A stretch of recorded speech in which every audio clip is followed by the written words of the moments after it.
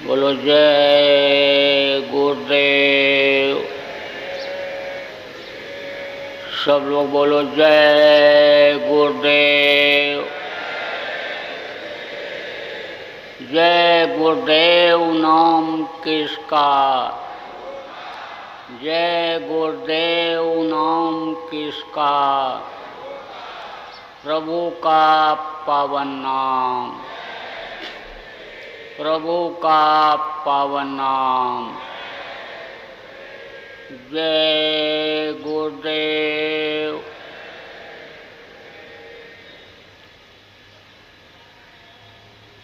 सर्वसमर्थ सर्वत्र स्मरणीय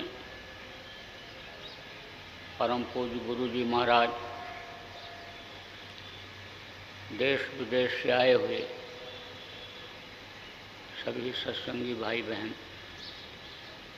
बच्चे एवं बच्चियों, गुरु महाराज की अपार दया मेहर हुई और आज 20 अक्टूबर 2019 को रामलीला मैदान दिल्ली में प्रातःकाल की बेला में सुमिरन ध्यान भजन के अवसर पर आप लोगों के दर्शन का अवसर मिला। आप लोगों के ऊपर भी दया मेहरबानी हुई कि आप इतनी भारी संख्या में एक जगह एक साथ सुमिरन ध्यान भजन किए। ऐसा अवसर जीवन में कम मिलता है। कहा पुण्य पुंज बिन मिले न संता। जब पूर्ण उदय होते हैं, अच्छे कर्म होते हैं, तब इस तरह का अवसर मिलता है। आपकी भाग्य की सराहना की जाती है। आप भाग्यशाली हो जिनको सुमिरन ध्यान भजन करने का ये अवसर मिला। एक साथ भारी संख्या में बैठकर इकट्ठा होकर आपको मनुष्य शरीर मिला, जो देव दुर्लभ शरीर बताया गया।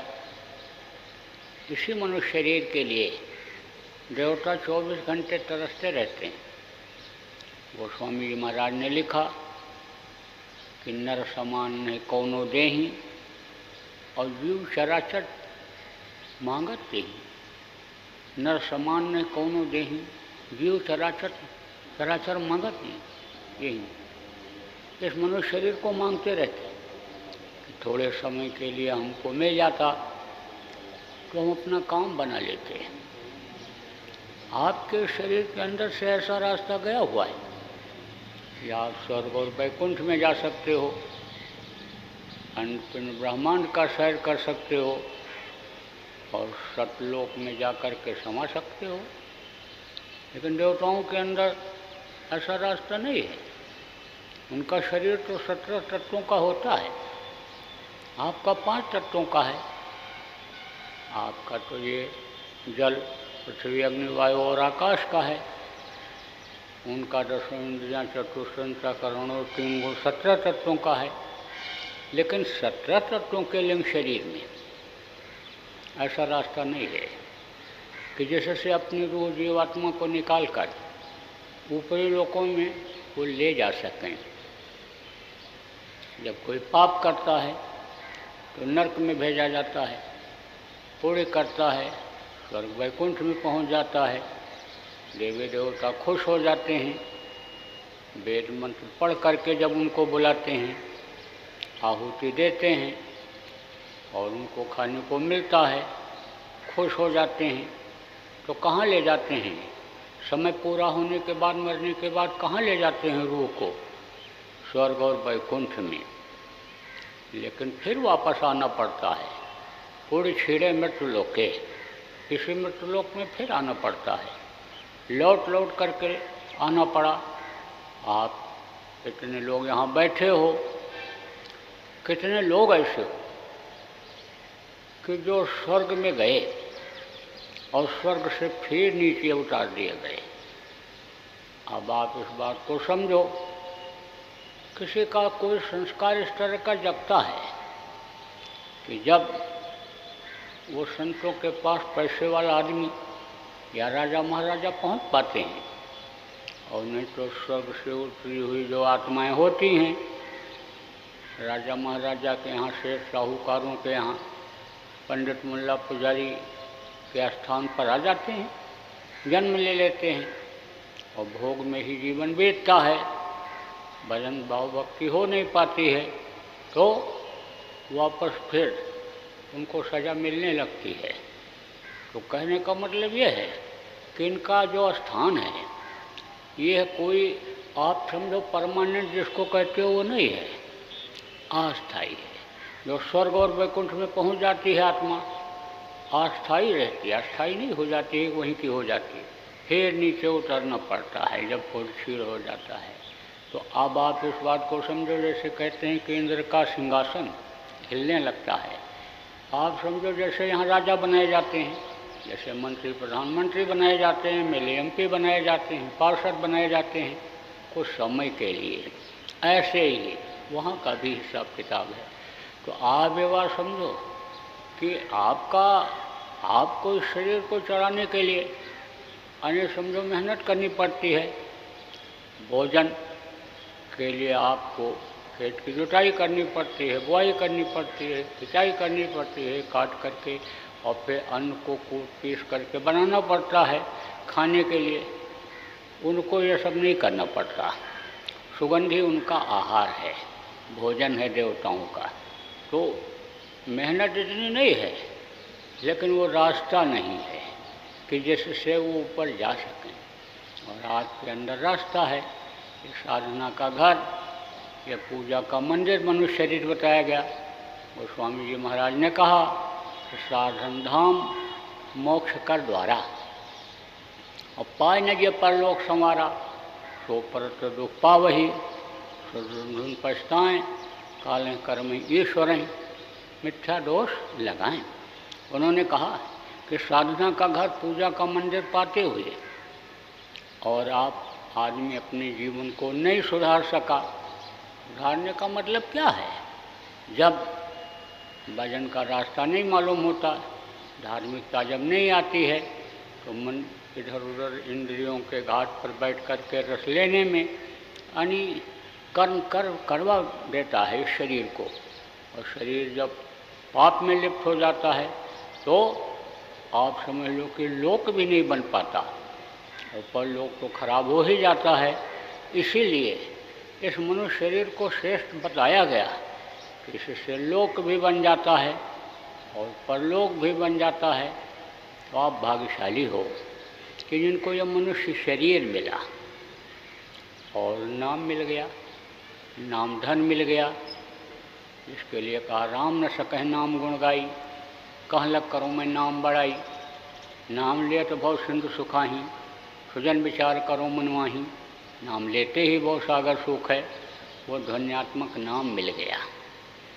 अब नाम मिलते हुए जिससे लोक और परलोक दोनों बनाया जा सकता है, और हमने अपना काम ना बनाया और इस दुनिया के काम को ही अपना काम समझते रहे, घर मकान बनाते रहे।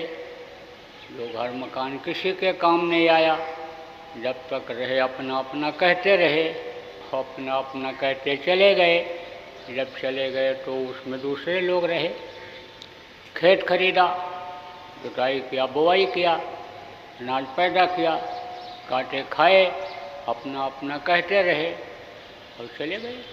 दुकान खोले, मेरी दुकान मेरी दुकान, और समय पूरा हो गया चले गए। अब वो किसकी हो गई? दूसरे की हो गई। तो अब आप इस बात को समझो, दूसरे के लिए जो कर रहे उसको अपना समझ करके और उसी में अन्य समझ लो कि फंसते रहे और फंस गए, तो ये अपना काम नहीं है। अपना काम क्या है कि इस शरीर के रहते रहते इस जीवात्मा को जहाँ से आई है वहाँ पहुँचा दिया जाए, उस समुद्र में विलीन कर दिया जाए जिसकी यह बूंद है। आप भाग्यशाली हो जिनको आपको नाम मिला। इसी नाम को पाने के लिए पहले बड़ी मेहनत करनी पड़ती थी, प्रथम जन्म गुरु भक्ति कर, दूसर जन्म में नाम, तीसर जन्म में मुक्ति पद, चौथे में निर्धाम। पहले जन्म में गुरु भक्ति कराते थे। गुरु भक्ति किसको कहते हैं? गुरु के आदेश के पालन को गुरु भक्ति कहते हैं। तो गुरु जो होते हैं, जिस जीव को पकड़ते हैं उसको भी छोड़ते नहीं हैं, बाँह गहे की लाज रखते हैं। जैसे कोई अपनी अपनी शादी करके आदमी, कोई लड़का समझ लो शादी करके हाथ पकड़ करके लड़के को लाता है तो निभाता है, यानी नरम गरम बर्दाश्त करता है कि जिससे यानी समझ लो कि हमारी प्रतिष्ठा बनी रहे, इज्जत बनी रहे। आप पे समझो इसी तरह से गुरु की मर्यादा बनी रहे, गुरु का स्थान समाज में ऊंचा रहे, गुरु को लोग श्रद्धा से प्रेम से देखते पुकारते रहें, इसलिए वो जीवों को छोड़ते नहीं हैं। पहले तो कर्मों की सफाई करते हैं कि जैसे लोहा को आप समझो कि सोना बनाना है, पारस पत्थर से छुआने से पहले उसकी सफाई करते हैं। जंग जो लगा हुआ रहता है, मिट्टी गोबर मान लो लगा हुआ है तो उसको साफ करते हैं, तो सेवा करवाते हैं। सेवा के द्वारा यानी समझ लो कि कर्म करते हैं, गंदगी साफ होती है। आप उस बात को समझ लो कि जैसे बर्तन में गंदगी लगी रहती है, कालिख लगा रहता है, तो उसको आप ये समझ लो कि रस्सी से, पत्ते से या कोई यानी खुरदुरे प्लास्टिक के टुकड़े से यानी उसको रगड़ते हैं। साफ जब हो जाता है तब वो उसमें कुछ बनाने के रखने के लायक होता है। ऐसे ही यानी मेहनत करके और जो है वो कर्मों को, जो कर्म जमा है, तीसरी आँख के सामने 10वां द्वार, पिंडी 10वां द्वार जिसको कहा गया, वहाँ पर जो वो छिद्र है छठे चक्र पर, जिसको यानी तीसरा तिल कहते हैं और इसको आगे चक्र भी कहते हैं, वहाँ पर वो जो सुराख है उसके सामने, तीसरी आँख के सामने, यानी जो कर्म जमा है उसको वो साफ करवाते हैं। तो किससे आदमी कर्म इकट्ठा करता है? हाथ से, पैर से, आँख से, कान से, मुंह से, इन चीज़ों से कर्म आते हैं। आप ये समझो ये पैर जो उसने दिया, इससे अच्छे काम के लिए जाओ, बुरे काम के लिए जाओ, इस समय तो आज़ाद कर दिया। हाथ से अच्छा करो, बुरा करो, आज़ाद कर दिया। आँख से अच्छा देखो, बुरा देखो, कान से अच्छा सुनो, बुरा सुनो, मुँह से अच्छा बोलो, बुरा बोलो, आज़ाद कर दिया। लेकिन अच्छे और बुरे का ज्ञान कराने के लिए संत महात्माओं को भी भेज दिया। उनकी बातों को नहीं सुना, उनकी बातों को अनदेखी किया और इन कर्मों से बुरे कर्म बन गए, तो आप वो समझो जमा होते हैं और उसकी सज़ा मिल जाती है। कहते हैं ना कि आज नहीं तो कल बुराई सामने आ ही जाती है, छिपती नहीं है। चोर चोरी करता रहता, बचता रहता, लेकिन एक दिन पकड़ा जाता है। इसी तरह से कर्म जो रहते हैं वो दबे भले रहें, अच्छे कर्म कभी के रहे हैं उससे वो दबे रहते हैं, लेकिन जब आप ये समझो कि वो अच्छे कर्म खत्म होते हैं तो वो उभर करके आ जाता है। जैसे कहते हैं कि भाई शरीर में कोई तकलीफ़ हो तो उसका तुरंत इलाज कराना चाहिए, मर्ज को दबाना नहीं चाहिए। मर्ज अगर पड़ा रहेगा तो किसी दिन तेज़ी से उभरेगा। ऐसे ही यानी कर्म को काटना चाहिए। कर्म अगर कटेंगे नहीं तो वही कर्म कभी तकलीफ़ दे जाएंगे, वही कर्म बुद्धि को खराब कर देंगे। तो कर्मों को कटवाते हैं शरीर के द्वारा, हर अंगों के द्वारा कर्मों को कटवाते हैं, सेवा करवाते हैं। तो पहले तो एक जन्म में केवल सेवा ही करवाते थे, प्रथम जन्म में गुरु भक्ति कराते, आदेश देते, गुरु भक्ति सिखाते थे कि आदेश का पालन ही गुरु भक्ति है, तो गुरु भक्ति कराते थे। दूसरे जन्म में दूसरे जन्म में नाम, दूसरे जन्म में ये नाम देते थे जो आपको मिला। नए लोग आए हो, आज भी दोपहर में मिल जाएगा, आप बहुत से लोग गुरु महाराज के नामदानी भी हो, उनसे पहले के आप इसमें हो, 1-2 पीढ़ी पहले के भी इसमें हो, उनसे नामदान लिया था लेकिन फंस गए, अभी तक नहीं पहुंच पाए। अब मौका मिला है प्रेमियों आपको, अब चेत जाओगे तो दोबारा इस दुख के संसार में दुख झेलने के लिए नहीं आना पड़ेगा। जन्मत मरत दूसरा दुख हो, जन्मते मरते की पीड़ा बर्दाश्त नहीं करनी पड़ेगी। तो अब आप इस बात को समझो कि ये नाम जो आपको मिला ये दूसरे जन्म में देते थे।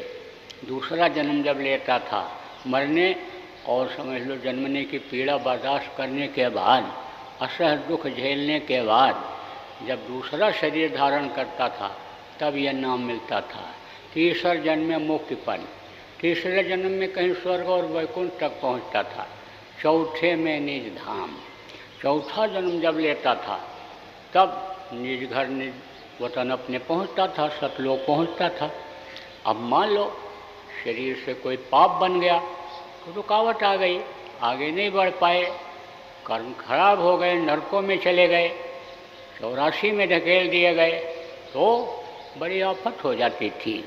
इसलिए आप भाग्यशाली हो कि आपको बहुत से लोगों को सत्संग में आते ही नामदान मिल गया।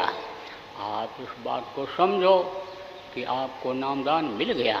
अब दवा बहुत अच्छी हो, डॉक्टर बहुत अच्छा हो, लेकिन खाओगे नहीं तो मर नहीं जाएगा। इसलिए समय समय पर इस नाम की करो कमाई। यह सूरत यानी जो जीवात्मा है इसको शब्द के साथ जोड़ो। सूरत शब्द योग की यह है साधना। सूरत माने ये जीवात्मा और शब्द से ही यह सारा संसार बना, अंड पिंड ब्रह्मांड देवी देवता बने। शब्द का जब खिंचाव हो जाता है तब इस दुनिया संसार में कुछ नहीं बचता है। यह धरती के ऊपर पड़े हुए बड़े बड़े पत्थर ये सीमेंट से भी मुलायम ऐसे हो जाते हैं। जमीन के नीचे का तत्व खत्म हो जाता है तो जमीन के नीचे पड़े हुए कीड़े मकोड़े भी खत्म हो जाते हैं। कुछ ऐसे भी कीड़े होते हैं जो मिट्टी के काफ़ी अंदर रहते हैं ज़मीन में, और वो मिट्टी ही खा करके और जिंदा रहते हैं, लेकिन जब तत्व नष्ट होता है वो भी खत्म हो जाते हैं। जल का शोषण होता है शब्द के खींचने में तो जल के जीव तड़प करके मरते हैं। आप ये समझ लो अग्नि वायु और आकाश ये सब सिमट जाता है, ये सब लटके हुए हैं। इससे कहा ना है झूला जब पिया ने डाली और झूलन सब जो झारी ना है। ये जितने देवी देवता और ये जितने आप ये समझो कि ये अन्नपिंड के जीव हैं ये सब लटके हुए हैं, ऐसे पेंडुलम की तरह से ऐसे ऐसे ऐसे लटके हुए हैं। आप यहाँ पर वो धरती ये चल रही है और ये सूरज और ये चांद सितारे सब स्थिर हैं, एक जगह पर हैं, और आप समझ रहे हो कि ये चल रहे हैं। तो ऐसे ये घूमते रहते हैं, ऐसे सब घूम रहे हैं। और धुरी कहाँ है? धुर कहते हैं आवाज़ धुर से आ रही है, तो धुर कहाँ है? वो सतलोक में है। तो अब आप ये समझो कि ये सब खत्म हो जाता है। देवी देवता भी ऐसे चटाई की तरह से महाप्रलय में सिमट जाते हैं, और फिर वो 10वां द्वार के पास नाका है वहीं ले जाकर छोड़ देते हैं। जब उनकी मौज होती है सत्पुरुष की तब फिर नीचे का विस्तार करते हैं। तो शब्द पर ही आप समझ लो कि सब कुछ निर्भर है, और शब्द को ही पकड़ करके ये नीचे उतारी गए। शब्द के द्वारा ही ये जीवात्मा नीचे उतारी गई, और शब्द को पकड़ करके ही ये ऊपर जा सकती है। इसलिए शब्द सूरत शब्द योग साधना के द्वारा ही इस समय पर आत्मा का कल्याण समझ लो होना है, और कोई रास्ता नहीं। आप समझो कि इसीलिए उन्होंने कहा कि त्रेता में द्वापर में यज्ञ किया लोगों ने, तप किया, और फिर वो किया, उस समय पर वो चला। अब कलयुग केवल नाम अधा रहा है, और सुमिर नहीं पा रहा नाम, जो ध्वन्यात्मक नाम है। तो नाम आपको मिल गया, नाम की कमाई यानी अब आपको करना है। सुमिरन में क्या होता है? नाम को ही याद करते हैं। सुमिरन जो कोई नया नहीं है, ये तो कबीर साहब के समय से ही चला। उन्होंने ही सबसे पहले सुमिरन के बारे में कहा, बताया। आप समझो गोस्वामी जी महाराज ने भी बताया। कबीर साहब ने तो कहा कि सुमिरन के सुधियों करे, जो गागर पनिहार हाले डोले सूरत में, कहें कबीर विचार। देखो पनिहारन गगरी लेकर के जब चलती है, पानी भरा हुआ घड़ा लेकर के, तो उसका दिमाग उसी घड़े पर रहता है। रास्ता कैसा भी बिहड़ हो, चले, ध्यान रास्ते पर भी रहता है, लेकिन गगरी न गिर जाए, पानी न गिर जाए। बात करती रहती है, लेकिन गगरी अगर इधर उधर, आप समझो घड़ा इधर उधर से पर से यानी समझो कि इधर उधर हिला तो तुरंत वो बैलेंस करती है। इधर से ध्यान को हटा करके ध्यान उसका उसी तरफ रहता है। ऐसे ही सुमिरन में शुद्ध करना चाहिए। जिसके नाम को लो, उसके रूप पर ही दृष्टि को टिकाओ, उन्हीं को याद करो। तो सुमिरन की ये परिपाटी बहुत दिनों से चली आ रही है। कहा ना, सुमिर पवन सुत, गोस्वामी जी ने कहा सुमिर पवन सुत सुंदर पावन नाम और अपने बस कर राख्यो राम। उन्होंने कहा कि सुमिरन करके ही यानी राम को उन्होंने बस में किया था। कौन से राम? राजा दशरथ के पुत्र राम नहीं, वो राम अन्य समझ लो कि जहाँ से वो उतारे गए थे, व्यापक ब्रह्म निरंजन निर्गुण विगत विनोद, सोवत प्रेम भगत बस कौशल्या के गोद। कौशल्या के गोद में जो वो प्रकट हुए थे, भेजे गए थे धर्म की स्थापना करने के लिए, दुराचारियों का संहार करने के लिए, जो उस समय पर दुजमुख भोजन होम सराधा, जाय करो इनकर तुम बाधा। जो राक्षस ऋषि मुनियों को यज्ञ कुंडों में यज्ञ कुंडों में मांस के टुकड़ों को डाल करके और यज्ञ नहीं करने देते थे, उनको यानी समझो कि ख़त्म करने के लिए उनको भेजा गया था। तो उनको एक तरह से अपने बस में उन्होंने किया, उनसे वो ताकत प्राप्त किया। वही ताकत जो इनके शरीर में आ रही थी, यानी हनुमान ने याद करके सुमिर करके और वो ताकत अपने अंदर प्राप्त किया। उस समय पर आप समझो सतलोक का रास्ता मालूम ही नहीं था किसी को। तो संत आए कलयुग में, उन्होंने खोला। वैसे तो जब उन्होंने रास्ता खोला, तभी उन्होंने कहा कि एक राम दशरथ का बेटा, एक राम घट घट में लेटा, एक राम का सकल पसारा और एक राम सब जग से न्यारा। कहते ना कि अपने राम चले। मन जो यह है, इसको भी राम बताया गया, क्योंकि ये आप समझो कि एक तरह से उनका एजेंट का काम करता है। काल भगवान जिनको ईश्वर कहा गया, निरंजन कहा गया, यह मन उनके अधीन काम करता है। आप ये समझो कि उनके पावर से ही यानी समझो कि ये यहाँ काम करता है। तभी तो वो नहीं चाहते कि जीव जाने पावे सतलोक, तो आप ये समझो मन भी नहीं चाहता है। और मन यहाँ पर जो विषयों में फंसाए रखना चाहता है कि अन्य निकल ना पावें। इंद्रिय द्वार झरोखा नाना, तह सुर बैठे कर थाना, आवत देखें विषय व्यारी, छुटते दें कपाटू हरी। जिस तरह से देवी देवताओं के लिए गोस्वामी जी महाराज ने कहा कि यह रोम रोम पर बैठा दिए गए कि विषय वासनाएँ जैसे आने लग जाएं, तैसे तुम दरवाज़ा खोल दो और विषय वासनाओं में ही हाथ में फंसा रह जाए, नब्या जिब्या के स्वाद में ही फंसा रह जाए। मन उसी तरह से उसको शरीर को मोड़ दे, शरीर से वो काम करा ले। तो मन एक तो ये है, इसको राम बताया गया। पहला यानी समझो कि ये राम, एक राम दशरथ का बेटा, एक राम दशरथ के बेटा थे। यानी समझ लो कौशल्या के गोद में पैदा हुए थे, जो रावण का विनाश किए थे, सज्जनों की रक्षा किए थे।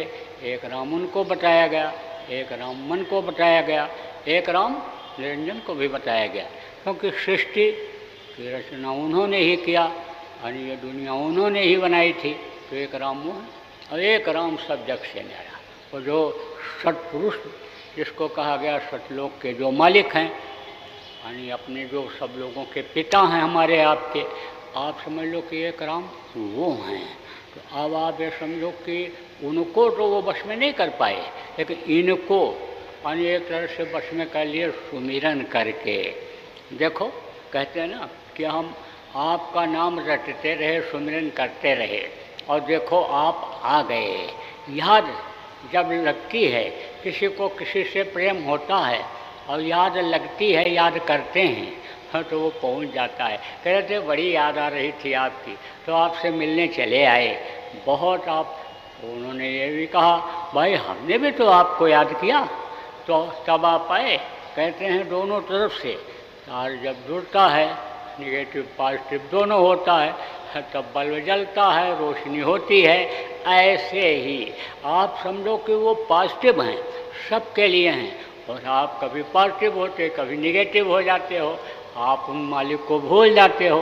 वो तो बराबर आपको याद करते रहते हैं 24 घंटे। यानी समझो लड़का कहीं अलग हो जाता है, पिता से दूर चला जाता है, पिता को भूल जाता है, लेकिन पिता कभी नहीं भूलते हैं।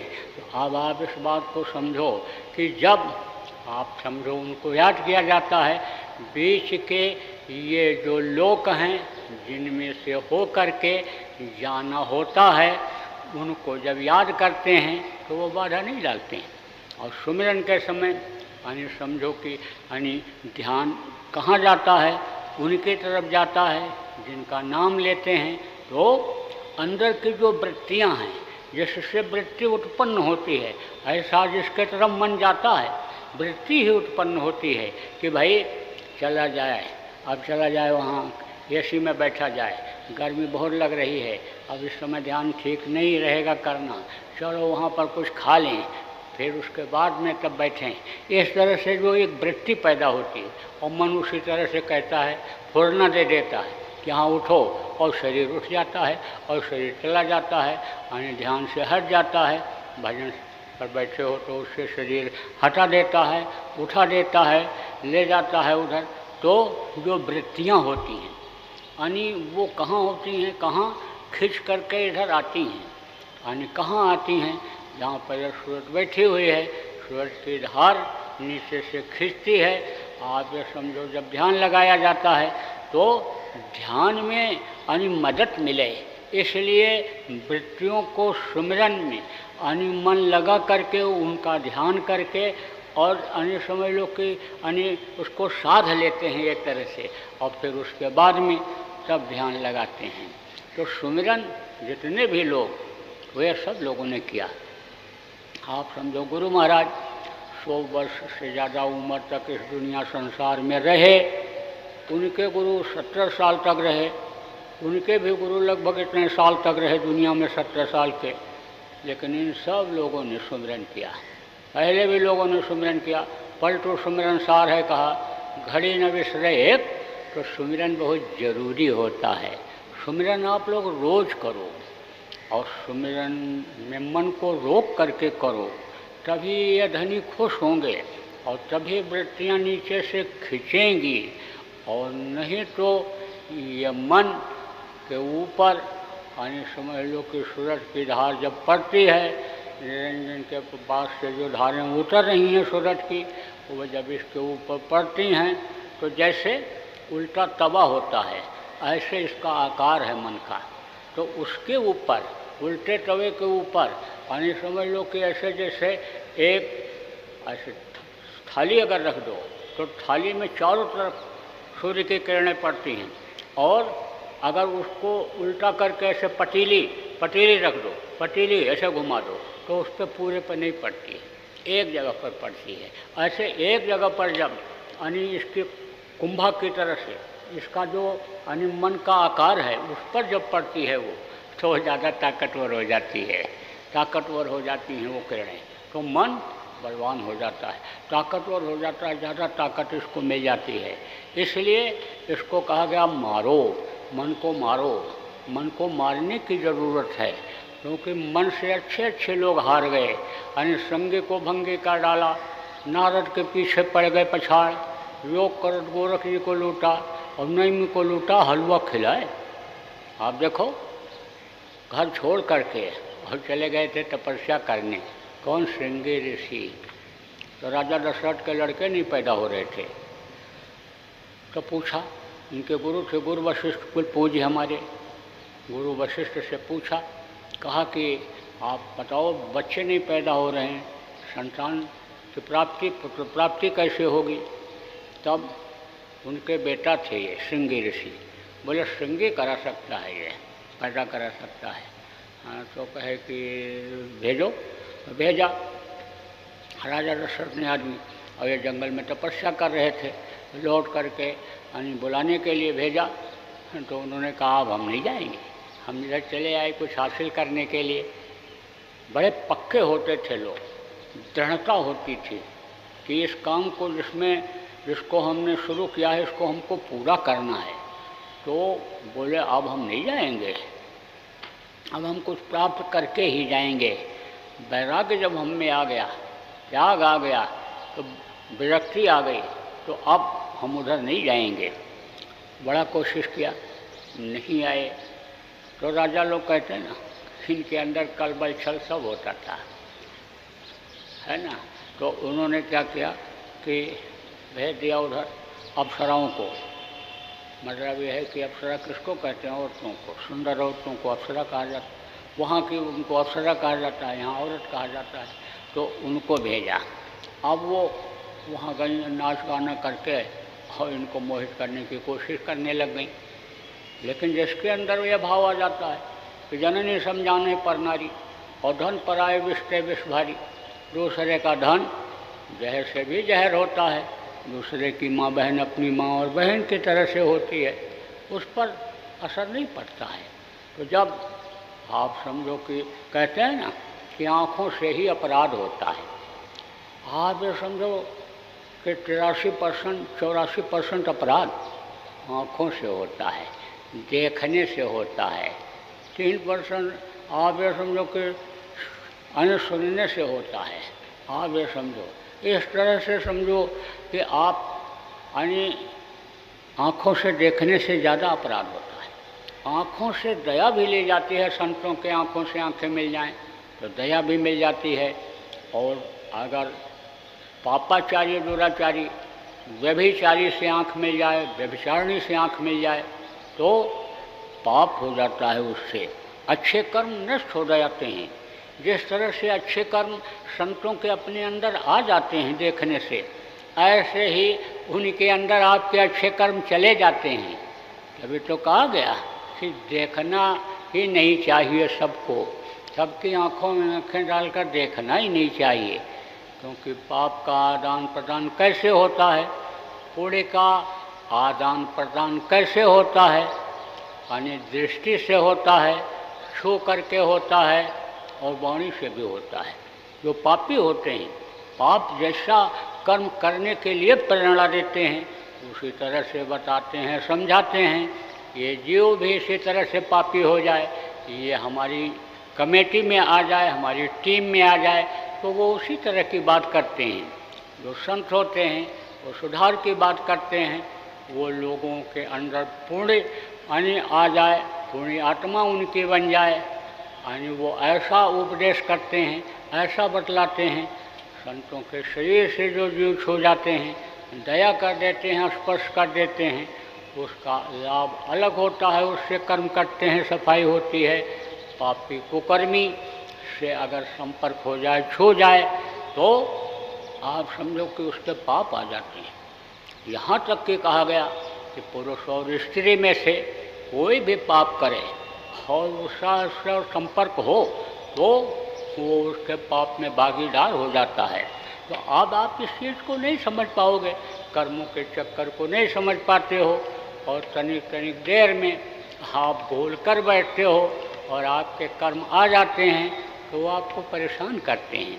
तो उन्होंने देखा ही नहीं उनकी तरफ। एक झलक देखा, एक नज़र मारा कि ये नाच रही है, गा रही है, रिझा रही है, देखा ही नहीं। असर नहीं पड़ा, नहीं असर पड़ा, लौट आई। फिर राजा ने भेजा।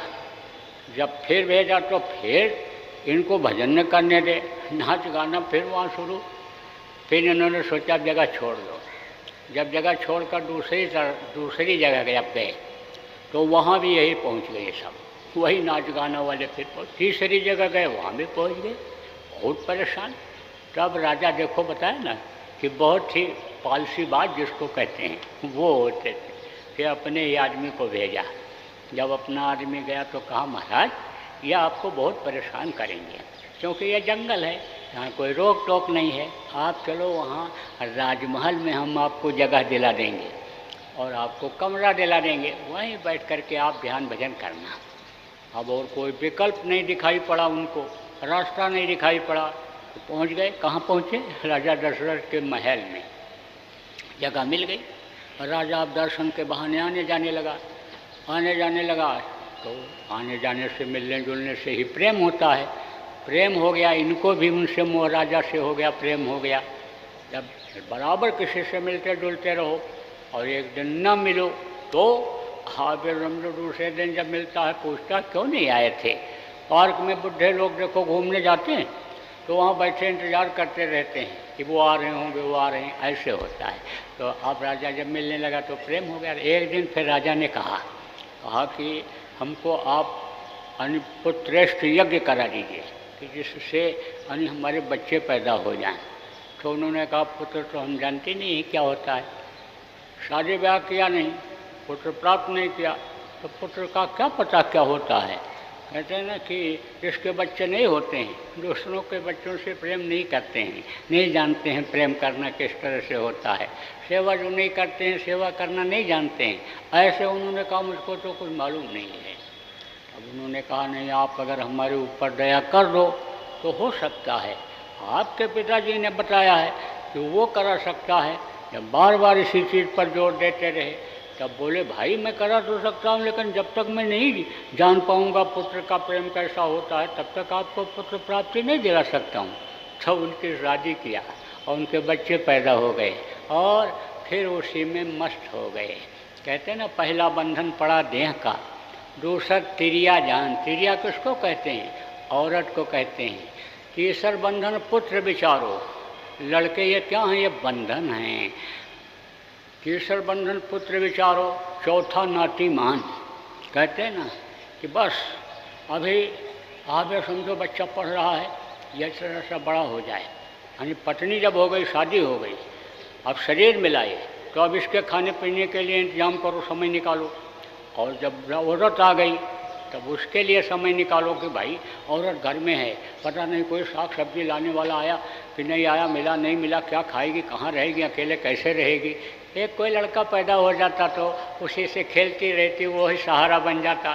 थोड़ा बड़ा हो जाता, साग सब्जी ला देता, मन उसका लगा रहता, मैं फ्री हो जाता। अब जब लड़का पैदा हो गया, बोले अरे लड़के को पढ़ाएं लिखाएंगे नहीं, इसे लायक नहीं बन पाएगा, नालायक निकल जाएगा, इसके संभाल करना ज़रूरी है। चलो ये बड़ा हो जाए, उसके बाद तो भजन पूजन में लग जाएंगे। अरे फिर तो नौकरी काम इसको मिल जाए, पढ़ाने लिखाने लग जाए, मैं बिल्कुल फ्री हो जाऊं और रिटायर हो जाऊं तो फिर मैं संगत के ही काम में लग जाऊंगा। लेकिन अब आप ये देखो कि आग में घी डालो तो आग बुझेगी, वो तो पानी से बुझती है। जो शीतल चीज़ है, यानी समझो जो ठंडा करता है गर्मी को, यानी सबसे ज़्यादा, यानी आप समझो कि आप ठंडापन होता है इसमें जल में होता है। अब आप ये समझो इकट्ठा हुआ कि पानी के टंके के जल की बात नहीं करता हूँ, लेकिन जो आप ये समझो ओरिजिनल जिसको कहते हैं, असला जल जिसको कहते हैं, पहाड़ों पर चले जाओ, पहाड़ों से जो धार निकलती है ठंडी रहती है। तो आग किससे बुझती है? ठंडे से बुझती है, पानी से बुझती है, घी डालने से तो बुझती नहीं है। तो अब वो बच्चे पैदा हो गए और उसके बाद नाती पैदा हो गया और फिर नाती के कौन नाती हो गए, वाको कौन ठिकान। धन संपत्ति और हाथ हवेली, यह बंधन क्या करूं बखान। कहते हैं कि रुपया पैसा हो जाता है, 10-20 लाख रुपया बैंक में जमा कर देते, ब्याज से बच्चे खाते रहते और फिर तो हम निकल जाते प्रचार प्रसार में, और फिर तो हम इसी काम में लग जाते। और जब 10-20 जमा हो गया तो बोले 10-20 करोड़ हो जाता तो ठीक था। कहते 99 के चक्कर में पड़ जाते हैं। 99 किसको कहते हैं? वो एक सेठ था, तो सेठ के बगल में एक गरीब आदमी रहता था। तो जब सेठ चला जाए दुकान पर तो औरत फ्री हो जाए तो बगल पड़ोसी की औरत को बुला करके बैठ करके बातचीत करे। तो एक दिन पूछा सेठानी ने, अरे तूने कुछ बनाया खाया? हाँ बनाया। क्या बनाया? खीर पूरी बना करके खा लिया। कहा अच्छा। फिर दूसरे दिन पूछा, कहा तो हमने सूजी का हलवा बनाया था। फिर तीसरे दिन पूछा, कहा आज मोतीचूर का लड्डू बनाया था। अब जब 2-3 दिन इसी तरह लगातार पूछा तो शेर जब आया तो उससे कहा देखो हम लोग तो सादी सब्जी और यह सब दाल खाते हैं और यह रोज माल काटते हैं और गरीब आदमी, हमारे पास तो कोई चीज़ की कमी नहीं है। तो सेठ ने कहा अच्छा इसका जवाब हम तुमको देंगे। तो क्या किया? कहा एक दिन, कहा सेठ जी 1-2 दिन जब बीता, कहा कि तू ले जा 99 रुपया। उस समय पर सिक्का होता था चांदी का, तो चांदी का सिक्का कहा 99 बांध करके उसके आंगन में डाल दे पड़ोसिन के। तो सुबह सुबह गई डाल आई। जब वो उठी और झाड़ू लगाने लगी तो वो पुतली मिल गई 99 रुपये की। तो बहुत खुश। कहा देखो अल्लाह ताला ने दिया, भगवान ने दिया, देखो छप्पड़ फाड़ करके दिया, ऊपर से गिरक के दिया। कहा जाता है देता है तो छप्पड़ फाड़ के देता है और लेता है तो झाड़ू से बुहार के लेता है। तो बिल्कुल सही उसका नियम है।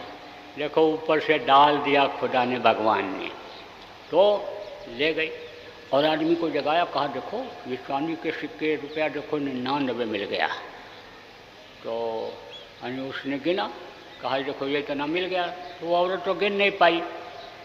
आदमी अपना 10-10 रुपया रख करके ऐसे गिना, एक के ऊपर दूसरा, 10-20 तक गिनती जानता था। तो उतना उतना रख करके गिना, 1 रुपया एक में कम रह गया, 9 रह गया। तो कहा कि औरत ने कहा कि अब 1 रुपया और मिल जाए तो ये पूरा हो जाए, 100 पूरा हो जाए। तो हम उस समय जिसके पास 1000 होता था हजारा कहलाते थे और लाख होता था लखपति कहलाते थे। तो कहा हमारे पास 100 रुपया हो जाएगा। तो दोनों ने सलाह किया, कहा कि यानी अगर थोड़ा थोड़ा बचा लें, ये जो अच्छा अच्छा बनाते हैं खाते हैं ये अगर बच जाए तो पूरा जल्दी पड़ जाएगा। क्योंकि उस समय 1 रुपया भी कमाने में समय लगता था। अब उसने क्या किया कि खाने में खर्चे में कमी कर दिया। उस दिन जब बीता तो सेठ ने औरत से कहा कि अब तो उस औरत से पूछना कि उसने आज क्या बनाया। तो दुकान पर जाते समय यह कहकर चला गया। पड़ोसिन औरत को बुलाया उसने और पूछा तूने कुछ बनाया? हाँ बनाया। खाया? हाँ खाया। क्या बनाया, क्या खाया? अरे चटनी बना लिया मिर्ची की और रोटी से खा लिया। और उसने ये सोचा कि भाई ये तो रोज़ हलवा पूड़ी खाती थी, आज चटनी रोटी क्यों खाई? तो सेठ जब आया तब पूछा कि पूछा था? बोले हाँ पूछा था। तो उसने कहा चटनी रोटी खाया। तो कहा यही है 99 का चक्कर। 99 के चक्कर ने उसका खाना पीना ये सब दिया छुड़वाए। अब पहनना उसका दिया यानी मोटा, महीन पहनने कोशिश करती थी, मोटा करवा दिया इसको। यही है सेठानी 99 का चक्कर। तो ये 99 के चक्कर में जब पड़ जाते हैं तो बस 99 का 100 का 1000 का लाख का करोड़, उसी में ये ज़िंदगी चली जाती है। पानी केरा बुदबुदा असमानुष की जात और देखत ही छिप जाएंगे जो तारे प्रभात। जैसे रात को आसमान में देखो तारे दिखाई पड़ते हैं, सुबह होते ही छिप जाते हैं, पानी बरसता है, बूंदें गिरती हैं, बुलबुले निकलते हैं, लेकिन देखते देखते बुलबुले ख़त्म हो जाते। ऐसे मानो इंसान की ज़िंदगी ख़त्म हो जाती है।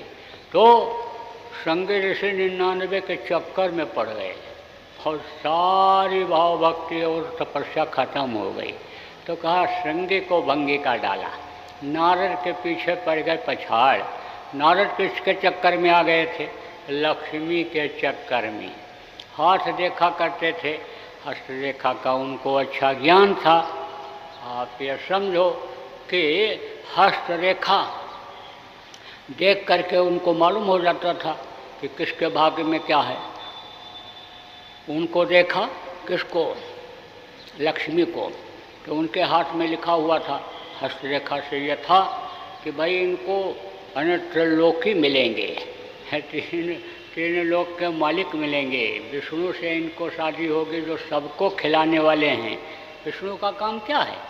त्रिलोकी किसको कहते हैं? त्रिलोकी इनके पिता को कहते हैं, जो तीनों लोक के मालिक हैं, जिनको निरंजन भगवान कहा गया, इनके पिता हैं। लेकिन ये सृष्टि पर जितने भी लोग हैं उनको ये खिलाते हैं। विष्णु सबका पालन करते हैं। इनके अंदर तमोगुण नहीं है, रजोगुण नहीं है, इनके अंदर सत्गुण है, सतगुणी हैं ये। त्रयताप, त्रयगुण कहा गया ना, तमोगुण, सतोगुण और रजोगुण। तमोगुण किसको कहते हैं? तमतमा जाता है चेहरा, कह रहे तमतमा गया इनका चेहरा, क्रोधी हैं, बड़े गुस्से में। तो जब क्रोध आता है तब आदमी को अपने पराये की पहचान खत्म हो जाती है। तमोगुण में नाश करता है। तमोगुणी प्रवृत्ति किसमें है? तमोगुणी प्रवृत्ति है शिव में। रजोगुणी प्रवृत्ति किसमें है? आप ये समझो शिव के लोक में तमोगुण ही है, तो आप तमोगुणी हैं। कहते हैं ना कि शिव विनाश करते हैं। अब इस समय शिव नाराज है, यह भी बता दें क्यों नाराज हैं। इसीलिए नाराज हैं कि धरती पर पाप बहुत हो रहा है। आप ये समझो कि ये धरती अन्य समझ लो कि हिलने ही वाली है, तांडव करने ही वाले हैं शिव। आप ये समझो जब तांडव होता है तो वो जगह हिलती है। तांडव किसको कहते हैं? नाच को। आप ये देखो कि जब रामलीला रासलीला होने लगती है तो बीच बीच में वो जो आ जाते हैं नाचने वाले भी आ जाते हैं। तो जिस पटरा के ऊपर, जिस तख्ता के ऊपर नाचते हैं वो हिलता है, ऐसे ऐसे ऐसे ऐसे ये धरती हिलती है। कब? जब शिव तांडव करते हैं। तो शिव का काम क्या है? संहार करना। वो तो आप ये समझ लो कि किसी तरह से ये रुका हुआ है, शिव को मनाया हुआ है। और महाराज बराबर कहते रहते हैं कि अभी थोड़ा सा ठहर जाओ, अभी ज़रा हमको समझा लेने दो, हमारे प्रेमियों को ज़रा समझा लेने दो, लोगों को मान जाएं, ना मानेंगे तब आपकी जो इच्छा होगी वो कर लेना।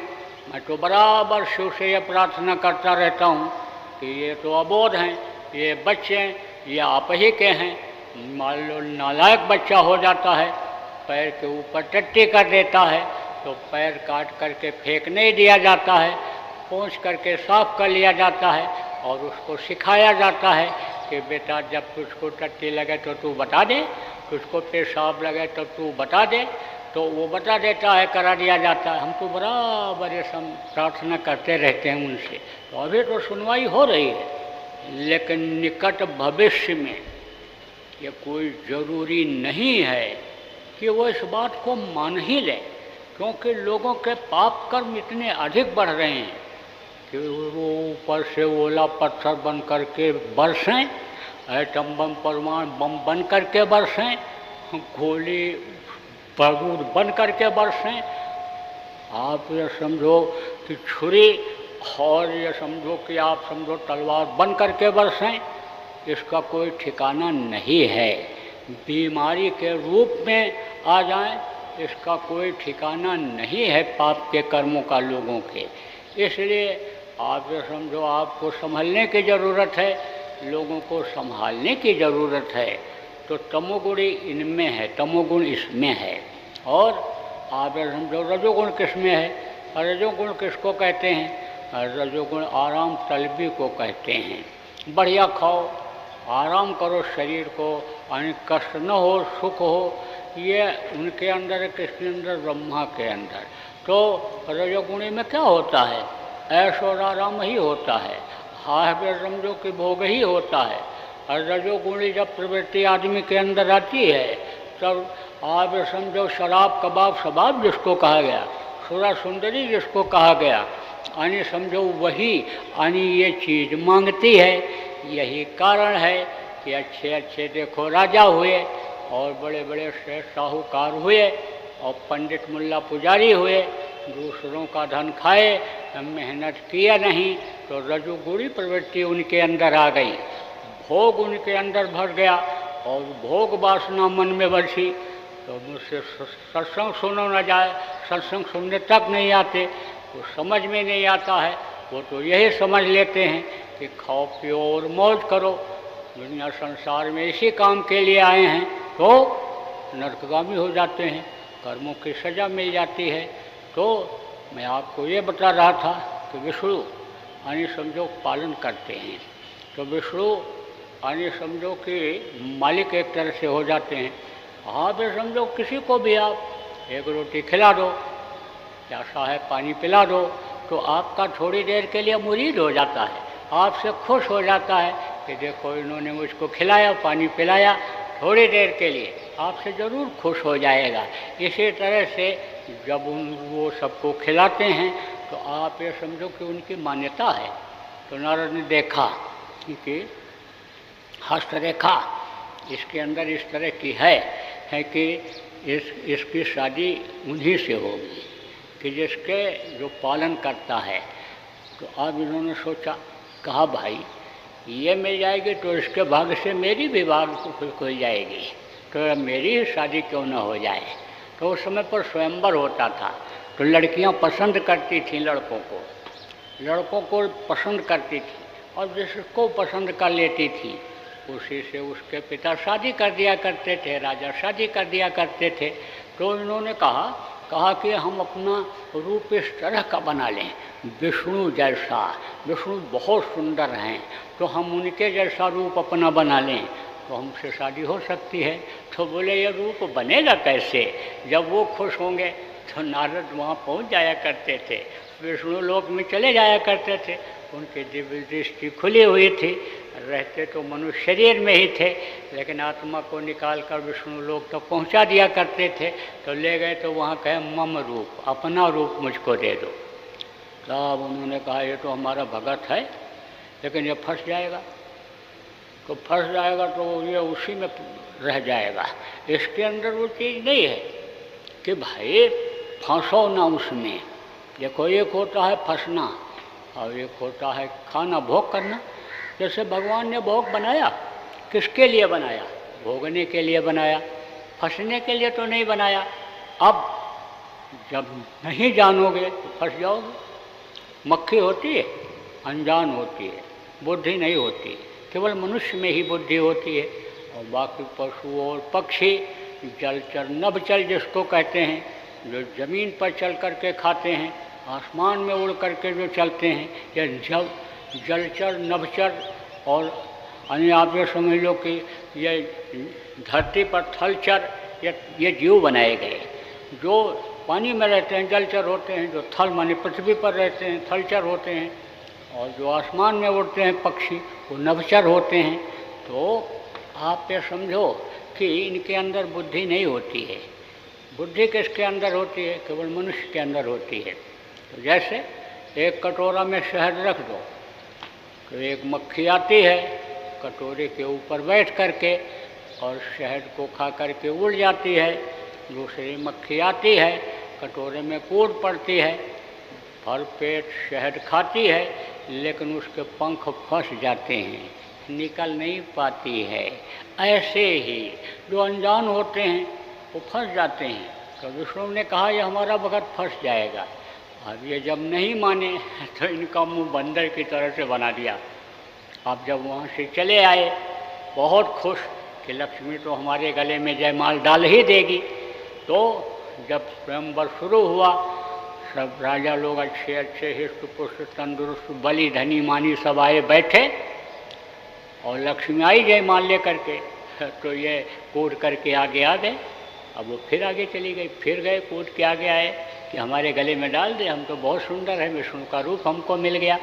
तो आप ये समझो कि रूप मिल गया। जब इनको सोचा इन्होंने, अपना रूप तो देखे नहीं थे, तब यानी आप ये समझो घूम घूम कर 2-3 बार जब आए तो लक्ष्मी ने कहा मुँह नहीं देखते हो और जयमाल डलवाने चले आते हो। तब ये गए अपना मुँह देखे पानी में, तो बंदर का मुँह इनका निकला और विष्णु पर पानी समझ लो कि बिगड़े और बोले कि इसका आपको भी खामियाजा भुगतना पड़ेगा। तो कहते हैं कि वही हानि जो है राम बन करके आए। अब ये तो क्या है, आप ये समझो, लेकिन कहते हैं वही राम बन करके आए और पत्नी के वियोग में आप ये समझो कि घूमते रहे, दर बदर इधर उधर घूमते रहे, जंगल जंगल सीता की खोज करते रहे। हे खग मृग हे मधुकर श्रेणी, देखे तुमने सीता मृग नैनी, पूछते रहे जानवरों से पक्षियों से। तो कहने का मतलब यह है कि नारद भी फंस गए और संगे को भंगे का डाला, नारद के पीछे पड़ गए पछाड़। योग कर गोरख जी को लूटा।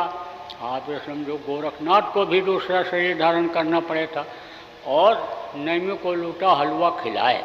अच्छे अच्छे लोग फंस गए। नैमी कैसे फंसे? तपस्या करते रहते थे, देखते ही नहीं थे, आँखों से बंद किए हुए रहते थे, आँख को ध्यान ही में रहते थे।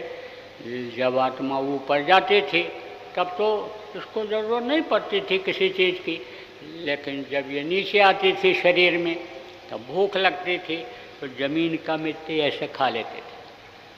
तो जब तपस्या बहुत बढ़ गई तो इंद्र ने कहा ये जगह हमारी ले लेगा, तो अप्सरा को भेजा और कहा जाओ तपस्या भंग करो।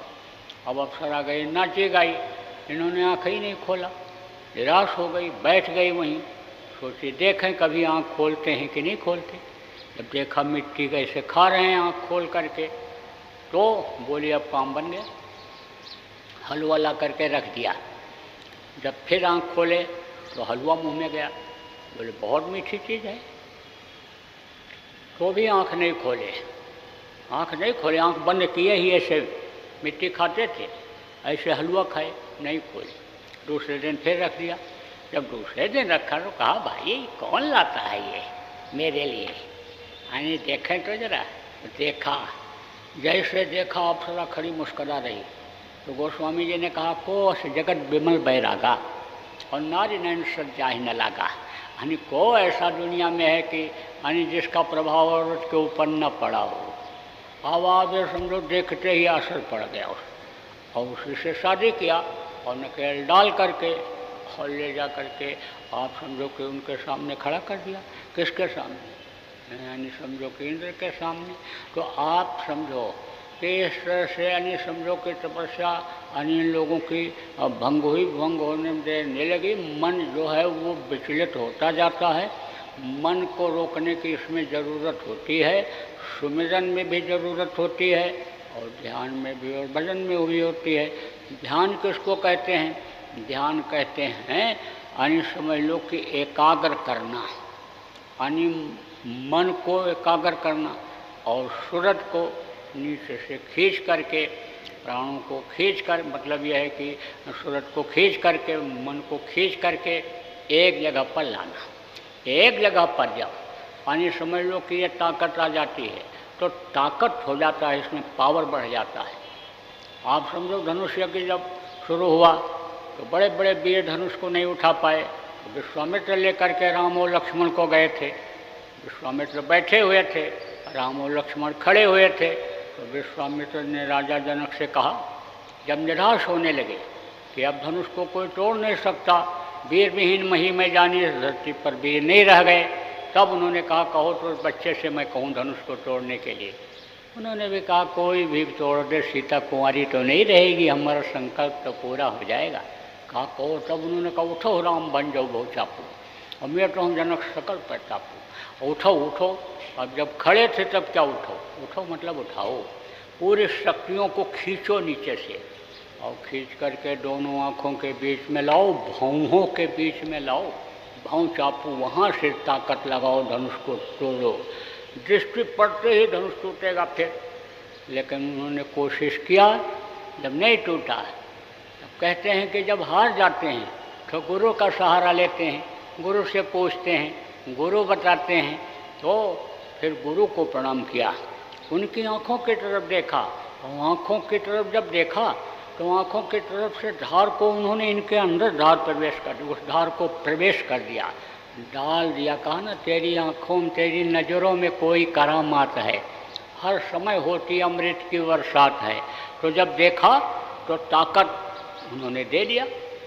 गुरु ही प्रणाम मने मन कीना, अति लाघव उठाए डाल देना।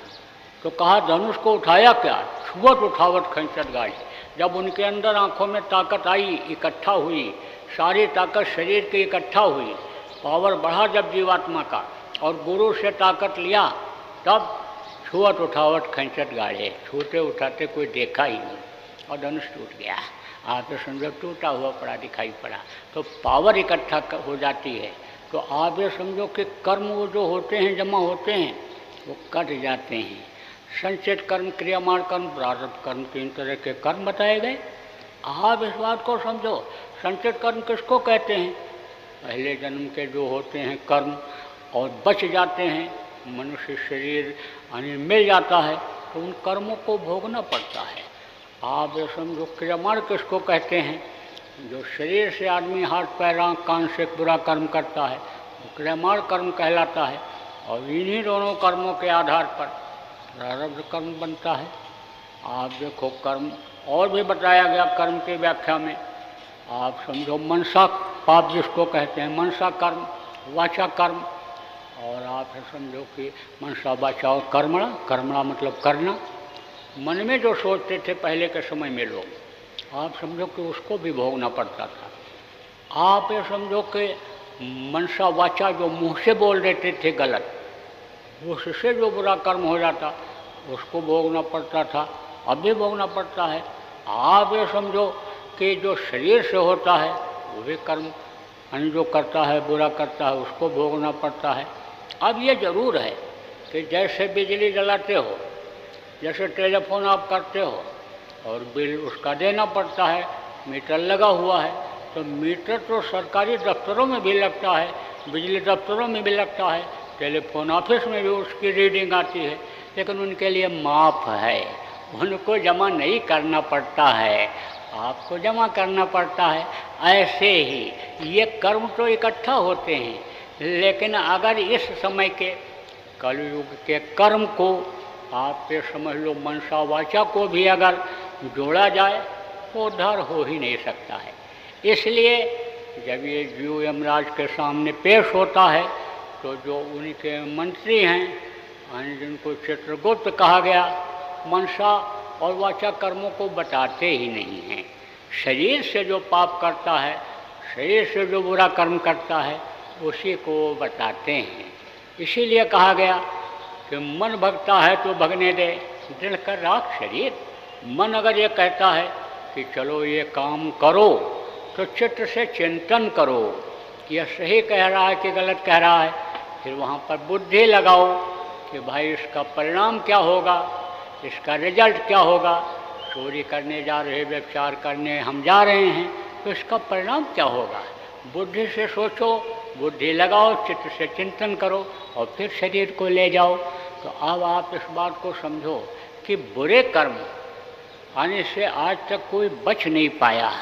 आप इस तरह से बुरे कर्मों से प्रेमियों बचना और मन को रोक करके ध्यान लगाना, मन को रोक करके आप भजन करना, तो आने समझ लो कि काम बनेगा। दूसरी बात यह है कि मन न लगे तो सेवा करना चाहिए। मन क्यों नहीं लगता है? क्योंकि मन इधर उधर चला जाता है। कहाँ चला जाता है? जिधर का ये आदि है। आप ये समझो कि जिधर का आदि होता है आदमी वो काम करता है। टेबल पर काम करते हैं दफ्तर में, जल्दी वो टेबल नहीं छोड़ना चाहते। जिस घर में रहते हैं अगर वो घर कमज़ोर भी हो, ख़राब भी हो, अच्छा घर अगर मिल जाए तो भी उसमें जाने की इच्छा नहीं कहती है। मन कहता नहीं यहीं रह लो। कोई ज़मीन पर सोया हुआ है, कह दो रात को चारपाई पर सो जा रहे, नहीं ठीक है लेट गए यहीं सो जाएंगे। ऐसे ही मन जहाँ लग जाता है वही काम कराता है और मन वहाँ पर यानी समझो कि ले जाता है। इसलिए देखना चाहिए कि मन किधर ले जा रहा है, शरीर के अंगों को किधर ले जा रहा है, तो समझ लो कि उसी से पाप हुआ है। तो उससे सेवा करनी चाहिए। देखो सेवा हर तरह की बताई गई। हाथ से सेवा, पैर से सेवा, मुंह से सेवा, आँख कान से सेवा, दिल दिमाग से सेवा, कहा गया तन की सेवा, मन की सेवा, धन की सेवा, ये सेवा बताई गई। सेवा करना चाहिए। सेवा का बहुत बड़ा महत्व होता है। आप ये समझो अगर ये न समझ में आवे कि किस तरह से करें तो लोगों से पूछ लिया जाता है। बराबर जब सत्संग आदमी सुनता रहता है तब तो हर तरह की जानकारी हो जाती है। कोई अच्छा साधक है पूछ लो, नहीं जो बराबर सत्संग सुनते रहते हैं उनसे पूछ लो, तो सत्संग की कभी भी सुनी हुई बात है उसको याद आ जाएगी और वो आपके सवाल का जवाब दे देगा।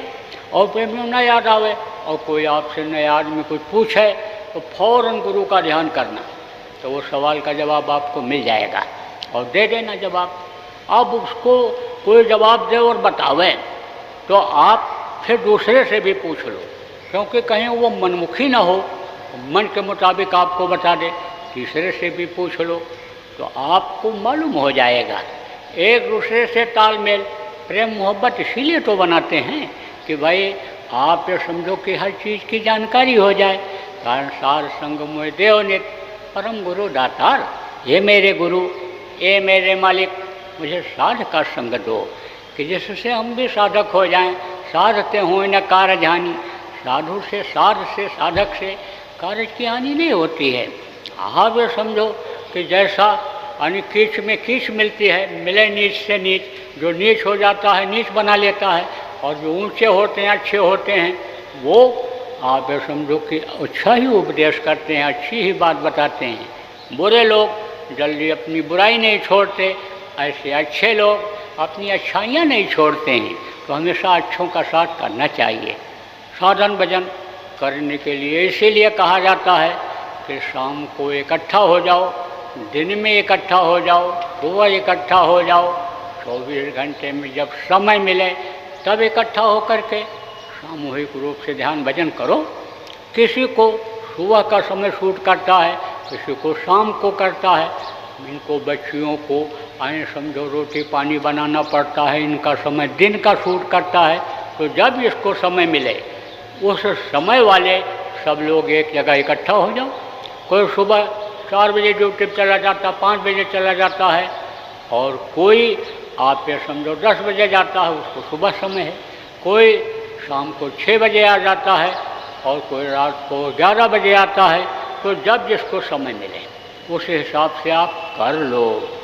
आप ये समझो कुछ प्रेमी अब भी ऐसे हैं कि जो लंच के समय में ही दफ्तर में यानी वहीं इकट्ठा हो करके कर लिया करते हैं, नाम धुनी वहीं बोल लिया करते हैं, ध्यान भजन वहीं कर लिया करते हैं, चर्चा गुरु की वहीं कर लिया करते हैं, भावना विचार वहीं एक दूसरे के सामने रख करके प्रचार प्रसार की योजना बना लेते हैं और प्रचार प्रसार में समय भी दे देते हैं। तो इस तरह से मिलने जुलने रहने से अच्छा काम बनता है। और जो ये मन यानी दुनिया की तरफ दौड़ रहा है, विनाश की तरफ जा रहा है, बारूद के ढेर पर आपको बैठा रहा है, ये फिर उधर से हट जाएगा। बारूद के ढेर पर कोई बैठ जाए तो कोई ठिकाना है, छिक्का उसमें आग लग जाए, ध्वस्त हो जाए। कागज़ के नाव पर अगर कोई कहे कि हम चल करके समुद्र पार कर ले जाएंगे, नदी पार कर ले जाएंगे, तो उसका कोई ठिकाना है। जब ही वो गल जाए, पानी भर जाए तो धूप है। ऐसे ही कागज़ के नाव पर चलने के लिए ये मन तैयार कर देता है, उधर चले जाते हो। आप तो ऐसे नाव को पकड़ो, ऐसे कि जो आपको बैतरनी पार कर दे, जो आपको सारी नदियाँ जो ऊपर बह रही हैं, गंगा यमुना सरस्वती, ये नदियाँ जो यहाँ हैं कि ये नहीं हैं, वो तो नदियाँ ऊपर हैं, गंगा ऊपर हैं और ये नदियाँ उधर हैं, वो नदियाँ आपकी पार हो जाएं। ऐसे आप नाव पर बैठो, ऐसे जहाज़ पर बैठो जो गुरु ने आपके लिए लगा दिया है कि जिससे आप पार हो जाओ, फिर आपको जन्म न मरना न पड़े। तो बराबर आप सब लोग सुमिरन ध्यान और भजन करते रहना। और नाम धुनी आपको बताई गई, सब लोगों को नाम धुनी करते रहो और कराते रहो और प्रचार प्रसार करते रहो।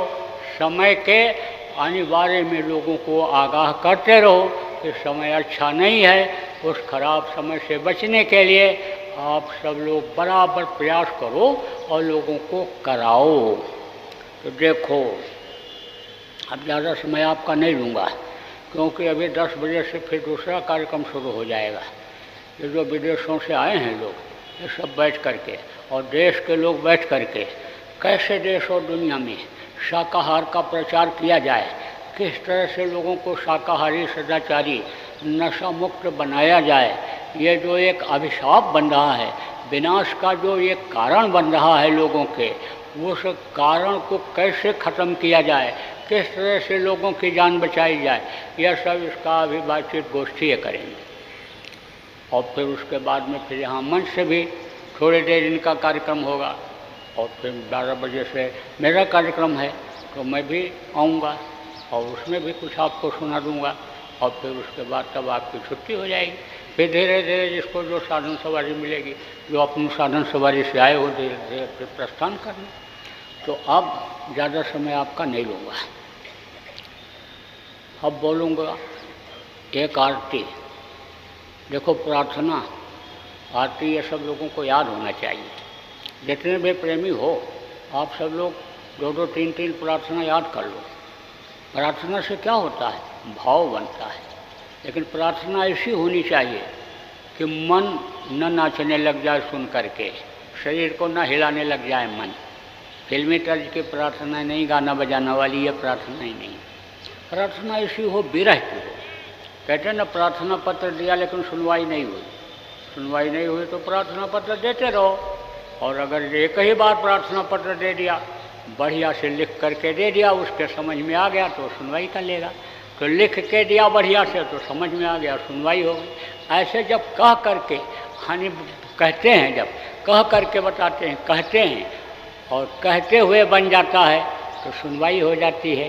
तो सुनवाई तब होगी जब अंदर की आवाज़ निकलेगी। आवाज़ हाँ पे समझो कि अंदर की अलग होती है और बनावटी अलग होती है। वो लड़का गिर गया चारपाई पर से, माँ का दौड़ करके गई, चूमा चाटा, उठाया, मिठाई खिलाया। लड़के ने सोचा कि दूसरे दिन लाओ फिर, आने समझ लो कि रोया। पहले दिन तो खीर बना रही थी, छोड़ कर चली गई, खीर फैल भी गई, नीचे गिर गई। दूसरे दिन माँ बर्तन धो रही थी, वो देखा भी नहीं, घूम करके चिल्लाया बहुत, नहीं उठी, नहीं देखा। तब गया और ऐसे पीठ पर, ऐसे पीठ के तरफ से कान के पास बोला, कल तो तू एक ही आवाज़ पर दौड़ करके आई थी, आज मैं इतना चिल्लाता रहा, बोली भी नहीं। तो धीरे से माँ बोली, कल वाली आवाज़ आज नहीं थी। कल जो रोया था अंदर से आवाज़ निकली थी, तड़प थी, पीड़ा थी, दर्द था, तो दौड़ करके गई थी, और ये बनावटी आवाज़ थी। तो बनावटी आवाज़ से काम नहीं चलता है। अंदर की पीड़ा का न पापी हृदय पिघल कर आँखों से निकल आया, इन आंसुओं की माला लो भेंट है हमारी। अब आप ये समझो कि ऐसा प्रार्थना आप बोलो कि अंदर से तड़प जग जाए। ऐसी प्रार्थना याद कर लो सब लोग। आरती किसको कहते हैं? ये दिया चिराग वाली आरती नहीं, ये जो जीवात्मा आरती करती है, हमेशा अंदर में प्रार्थना करती रहती है। अन्य संत मत की आरती वो होती है, बिन घृत दीप आरती साजों, दो अखियन मझधारे, भाव सहित। भाव अगर नहीं बनता है तो समझो भक्ति नहीं आती है, और भक्ति नहीं आती है तो समझ लो रिझता नहीं है, वो मालिक खुश नहीं होता है। और भक्ति जब आ जाती है तो भक्त की पुकार पर हावे समझो कि वो दौड़ पड़ता है, ठहर नहीं सकता, रुक नहीं सकता है। तो भाव सहित नित बैठ जरो के जोहट प्रियतम प्यारे जीवात्मा कह रही है कि आप अपने पग ध्वनि सुनो, श्रवण ही अपने पग की ध्वनि ही सुना दो। दिखाई हमको आप ना पढ़ो, लेकिन आवाज़ ही हमको अगर मालूम हो जाए तो हमको संतुष्टि हो जाएगी। पग ध्वनि सुनो, श्रवण ही अपने मन के काज विसारे। श्रवण अन्य समझ लो कि हम अपने कान से सुन लें। मन के तरफ जो मेरा रुझान हो गया, मन को जो मैंने साथी बना लिया, उसके तरफ से उसके काज को मैं भूल जाऊँ। मन पग ध्वनि सुनो, श्रवण ही अपने मन के काज विसारे, जागे सूरत पियत चरणा में। जब जीवात्मा ये जग जाती है यानी तब चरणामृत इसको मिलने लगता है। अमृत की बरसात जो 24 घंटे हो रही है उसका पान ये करने लगती है। तो मैं बोलूँगा आरती और आप दोहराना। बोलो जय गुरुदेव। विनय करूँ मैं दो कर जोरे, सतगुरु द्वार तुम्हारे।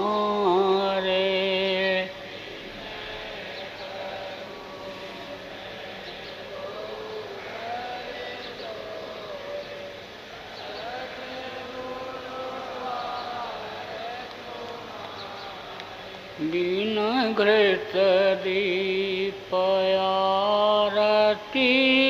साजू दो आँखियाँ नजरारे।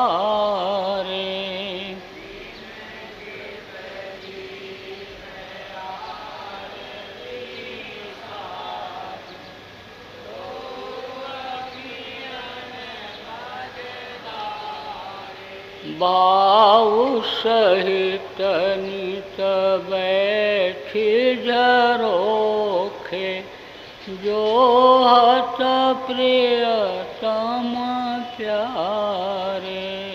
बाऊ सहित नित बैठी झरोखे जो हत प्रियतम प्यारे। पगरनि सुनु श्रवण हे अपने मन के काज विसारे। पगरनि सुनु श्रवण हे अपने मन के काज विसारे।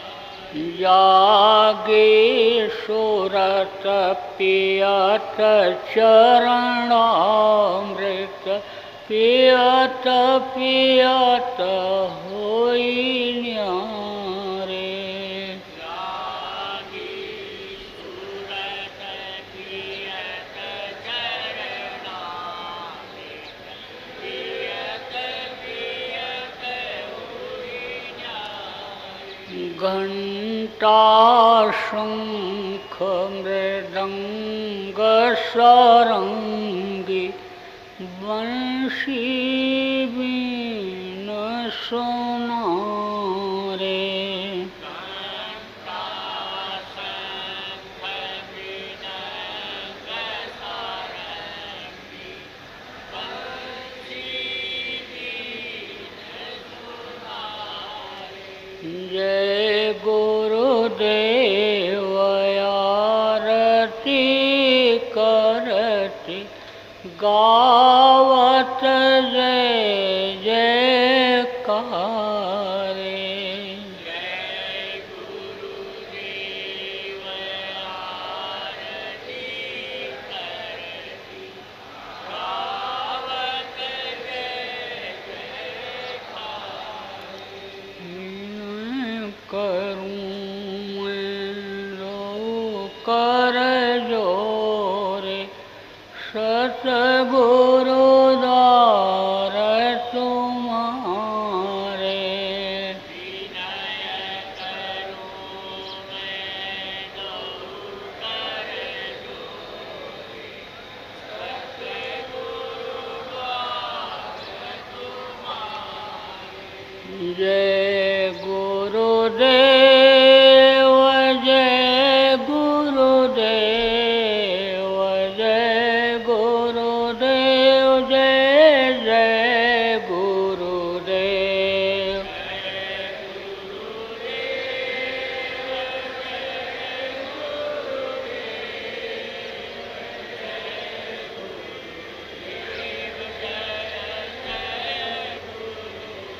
जय गुरुदेव जय गुरुदेव जय गुरुदेव जय जय गुरुदेव।